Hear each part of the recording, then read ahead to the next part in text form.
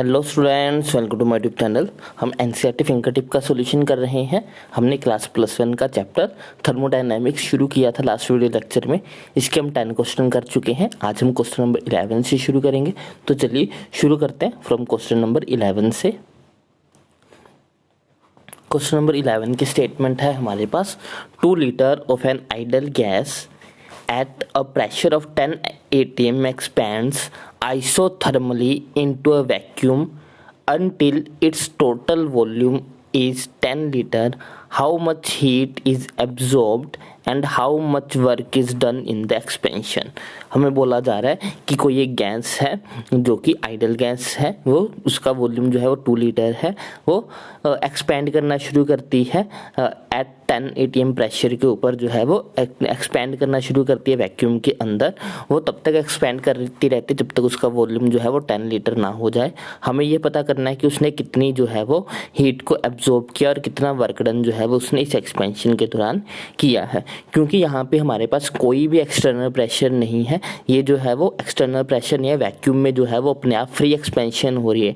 ये जो है एक्सपेंशन है वो एक्सपेंशन हमारे पास फ्री एक्सपेंशन है। तो फ्री एक्सपेंशन में जो एक्सटर्नल प्रेशर होता है वो इक्वल टू 0 हो जाएगा। और वर्क डन क्या होता है? वर्क डन होता है हमारे पास delta minus P delta V. यहाँ पे एक्सटर्नल प्रेशर 0 है तो हमारा वर्क डन भी जो है वो 0 हो जाएगा। तो इस एक्सपेंशन में जो वर्क डन होगा वो 0 होगा। तो आपको ये बात हमेशा याद रखनी है कि जब भी हमारे पास फ्री एक्सपेंशन हो, गैस अपने आप एक्सपैंड कर रही हो विदाउट एनी एक्सटर्नल प्रेशर, तो जो हमारी वर्क डन होगा वो 0 होता है। क्योंकि जो हमारा एक्सपेंशन है वो आइसोथर्मली है, इसीलिए जो हमारी क्यू होगा वो भी 0 होगा, क्योंकि बाहर से कोई हीट आई नहीं है तो क्यू जो है वो 0 है। अगर हमारा क्यू 0 है तो हमारा जो डेल्टा यू होगा वो भी जो है वो 0 हो जाएगा, क्योंकि according to the first law of thermodynamics है वो हमें कहता है कि delta U is equal to Q plus work done. Work done भी 0, क्यू भी 0, तो हमारी चेंज इन इंटरनल एनर्जी भी जो है वो 0 हो जाएगी।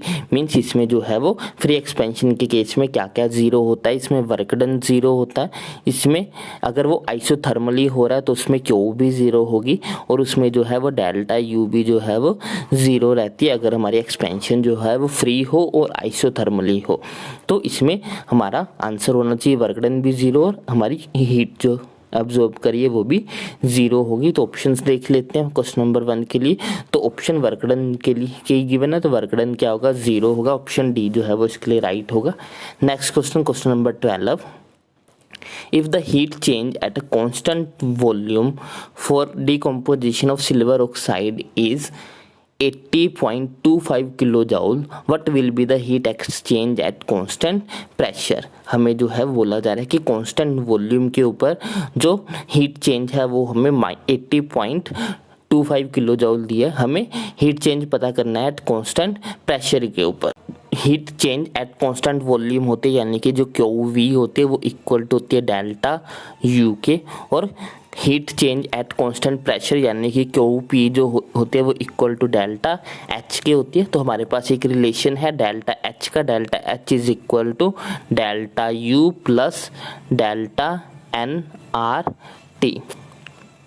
तो हम इस रिलेशन को यूज़ करेंगे। डेल्टा एच यानी कि heat change at constant pressure is equal to delta U यानी कि heat change at constant volume, जो कि हमें गिवन है 80.25 प्लस इसमें डेल्टा एन क्या होता है? डेल्टा एन जो है वो change in number of moles of gases होता है। अगर हम डिकम्पोजिशन ऑफ सिल्वर ऑक्साइड की रिएक्शन लिखेंगे तो ये क्या हो जाएगा? Ag2O gives us 2Ag plus half O2 जो कि गैस में आएगा।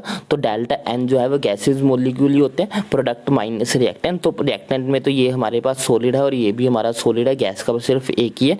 तो डेल्टा एन जी जो है वो इक्वल टू आ जाएगा हाफ के। डेल्टा एन जी जो है वो इक्वल टू हाफ हो जाएगा। अगर हम वैल्यूज में पुट करेंगे तो ये हो जाएगा डेल्टा एच की जगह पे हम क्या लिखेंगे? Q P is equal to delta U की जगह पे Q V plus delta N G की वैल्यू आ गई है हाफ इंटू आर टी। तो डेल्टा क्यू वी में ये वाली वैल्यू जो है वो ऐड होगी, यानी कि जो हमारा आंसर आएगा जो हमारी क्यू पी होगी वो हमारी बड़ी होनी चाहिए क्यू वी से, क्योंकि उसमें कुछ ना कुछ ऐड होगा, हाफ आर टी वाला फैक्टर जो है वो उसमें ऐड हो जाएगा क्यू वी के अंदर, तो जिसके कारण हमारी जो क्यू पी है वो बड़ी होगी as compare to Q V के। और क्यू वी कितना था, क्यू वी हमारे पास था 80.25, हमारा आंसर जो है वो 80.25 से बड़ा होना चाहिए, यानी कि ऑप्शन बी जो है वो इसके लिए राइट होगा। क्वेश्चन नंबर 12 के लिए ऑप्शन बी हमारा राइट है। नेक्स्ट देखते हैं question number 13। The enthalpy change of A reaction does not depend upon, जो एंथैल्पी है वो किस बात पे डिपेंड नहीं करती। एंथैल्पी चेंज जो है वो हमारा एक स्टेट फंक्शन है, ये एक स्टेट फंक्शन, और स्टेट फंक्शन जो है वो फाइनल और इनिशियल वैल्यूज पे डिपेंड करते हैं, ना कि पाथ पे डिपेंड करते हैं। तो ये पाथ पे डिपेंड नहीं करती है, तो हमें ये बताना है कि एंथैल्पी चेंज इनमें से किस पे डिपेंड नहीं करती। State of reactant and product पे डिपेंड करती है, नेचर पे भी डिपेंड करती है, डिफरेंट इंटरमीडिएट रिएक्शन के अंदर क्या हो रहा है क्या नहीं हो रहा है इस बात पे वो डिपेंड नहीं करती है। तो ऑप्शन सी हमारा सही होगा क्वेश्चन नंबर 13 के लिए। एंथैल्पी चेंज जो है वो डिफरेंट इंटरमीडिएट्स के ऊपर डिपेंड नहीं करेगी, क्योंकि ये एक स्टेट फंक्शन और स्टेट फंक्शन जो है वो पाथ के ऊपर डिपेंड नहीं करते हैं। नेक्स्ट है हमारे पास question number 14। Consider the given diagram for 1 mole of a gas X and answer the following question. हमें ग्राफ गिवन है वॉल्यूम और टेम्परेचर के बीच में, हमें the process A gives us B represent, जो ए से बी तक का प्रोसेस है, ए से बी बनने का जो प्रोसेस है वो किस तरह का प्रोसेस है हमें वो बताना है, क्योंकि ये ग्राफ है हमारा टेम्परेचर और वॉल्यूम के बीच में, और जो हमारी ए से बी तक की लाइन है वो एक स्ट्रेट लाइन है parallel to the temperature axis. तो इसका मतलब ये हुआ कि हमारा वी जो है वो कांस्टेंट है, वी जो है वो चेंज नहीं हो रहा है। और एक ऐसा प्रोसेस जिसमें वी चेंज ना हो, जिसमें वॉल्यूम कांस्टेंट रहता है, उसको हम आइसोकोरिक चेंज बोलते हैं या आइसोकोरिक प्रोसेस बोलते हैं। तो ऑप्शन डी इसके लिए राइट होगा। क्वेश्चन नंबर 14 के लिए ऑप्शन डी राइट है। नेक्स्ट है हमारे पास question number 15। Which of the following relationship is not correct, कौन सा रिलेशनशिप जो है वो करेक्ट नहीं है delta H and delta U के बीच में। तो डेल्टा एच और डेल्टा यू का क्या रिलेशन है, ये है delta H is equal to delta U plus delta N g R T. तो ये हमारा रिलेशन होता है। पहला, अगर delta N G equal to 0 है, अगर ये फैक्टर पूरा 0 बन जाए तो हमारा delta H is equal to हो जाएगा डेल्टा यू, तो ये बिल्कुल सही है।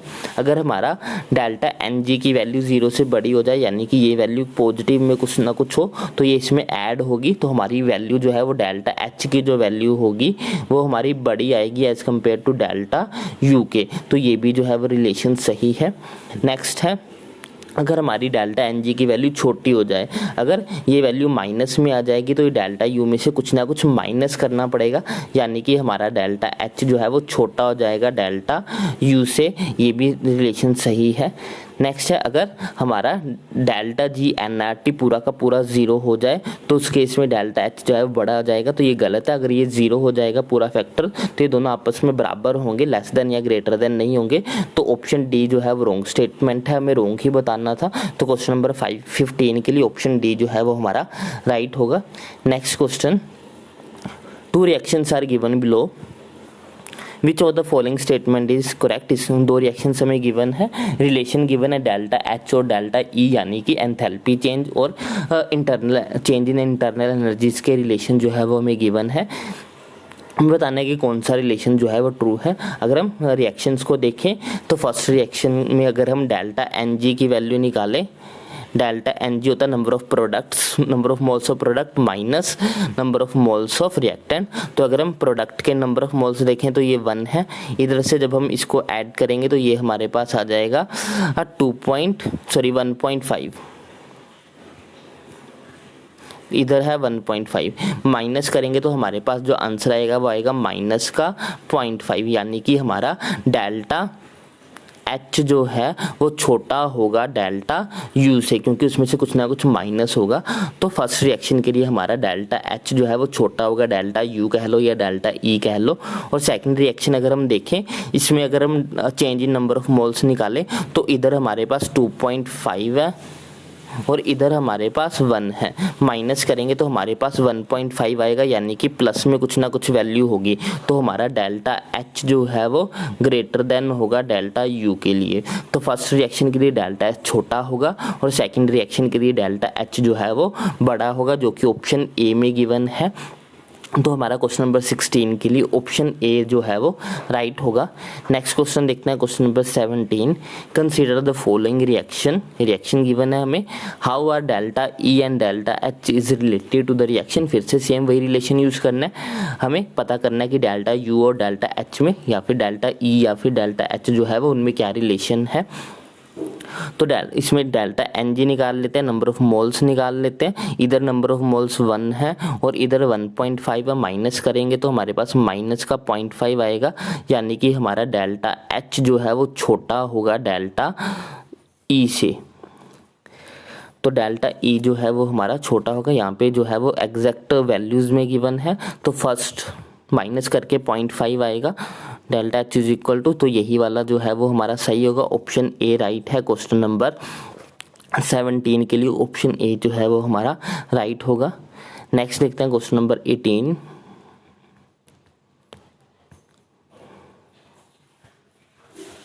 फिर से उसी रिलेशन को यूज करना है हमें, मैचिंग है हमारे पास, कॉलम ए को कॉलम 2 के साथ मैच करना है। अगर हम फर्स्ट रिएक्शन देखें, फर्स्ट रिएक्शन में number of moles of product 2 है और हमारे पास रिएक्टेंट 1 + 1 2, तो 2 - 2 करेंगे 0, तो उसके लिए डेल्टा एन जी की वैल्यू जो है वो 0 आ जाएगी, यानी कि फर्स्ट इक्वेशन के लिए हमारे delta H is equal to delta U है, यानी कि ए के लिए जो हमारा है वो थर्ड आएगा, ए के लिए थर्ड आना चाहिए। ए के लिए थर्ड जो है वो ए ऑप्शन में भी है और बी ऑप्शन में भी है। तो अब बी का चेक कर लेते हैं। बी का अगर इधर देखेंगे 1 + 1 2, 2 में से 1 माइनस करेंगे 1, तो इसके लिए 1 आएगा। डेल्टा एन की वैल्यू जो है वो 1 आएगी, जो कि पॉजिटिव है। इसका मतलब हुआ कि डेल्टा एच जो है वो बड़ा होगा डेल्टा यू से, डेल्टा एच जो है वो बड़ा होना चाहिए। तो ये हमारा फोर्थ आएगा। तो बी के लिए हमारा फोर्थ है, बी के लिए फोर्थ जो है वो हमारा बी ऑप्शन में है, तो ऑप्शन बी जो है वो हमारा राइट हो जाएगा। क्वेश्चन नंबर 18 के लिए ऑप्शन बी जो है वो राइट है, बाकी भी ऐसे ही चेक कर सकते हैं। नेक्स्ट है question number 19। For combustion of 1 mole of benzene at 25 degrees Celsius, the heat of reaction at constant pressure is -780.9 kilocalorie. What will be the heat of reaction at constant volume? Heat of reaction जो है वो at constant pressure, यानी कि हमें P की value जो है वो गिवन है -780.9, हमें ये निकालनी है V की वैल्यू। हमारे पास रिलेशन क्या है, डेल्टा QP जो है वो हमारा डेल्टा H के इक्वल होता है और डेल्टा UV जो है QV जो है वो हमारे पास इक्वल टू होता है heat change at constant volume जो है वो हमारे पास डेल्टा U के बराबर होता है। तो हमारे पास रिलेशन क्या हो जाएगा, QP इज इक्वल टू होता है QV plus change in number of moles into RT। हमें QV निकालना है, तो ये हो जाएगा QP minus delta NGRT is equal to delta is equal to QV। Values put कर लेते हैं। QP की वैल्यू हमें गिवन है, QP की वैल्यू हमारे पास कितनी है, -780.9 माइनस करना है। इसमें नंबर ऑफ मोल्स निकाल लेते हैं, पहले गैसेस वाले ही करने होते हैं, लिक्विड या फिर सॉलिड स्टेट के नहीं लेने होते हैं हमें।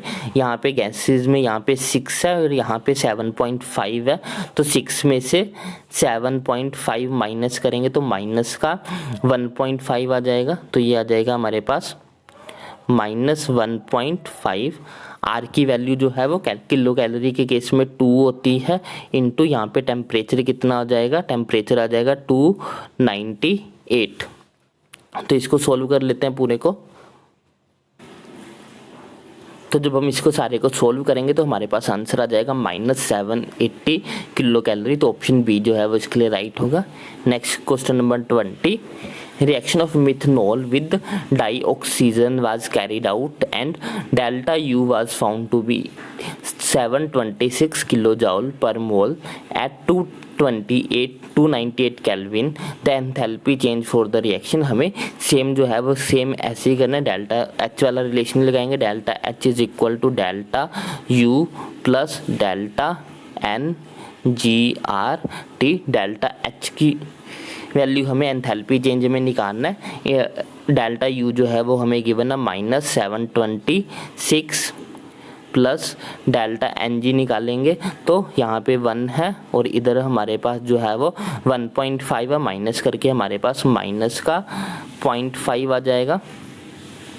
आर की वैल्यू हमारे पास किलो जाउल में है तो ये 8.314, टेम्परेचर 298 गिवन है। पूरे को सोल्व कर लेंगे तो हमारे पास आंसर आ जाएगा। तो इसके साथ हमारे क्वेश्चन 20 जो है कंप्लीट होते हैं। आज के लिए बस इतना ही। नेक्स्ट जो है वो हम नेक्स्ट वीडियो लेक्चर में करेंगे। आई होप आपको ये जो है वो सीरीज़ अच्छी लग रही है। अगर आपको ये सीरीज़ अच्छी लग रही है तो इसको लाइक करें, शेयर करें, चैनल को सब्सक्राइब करें। Thanks for watching, bye bye, take care.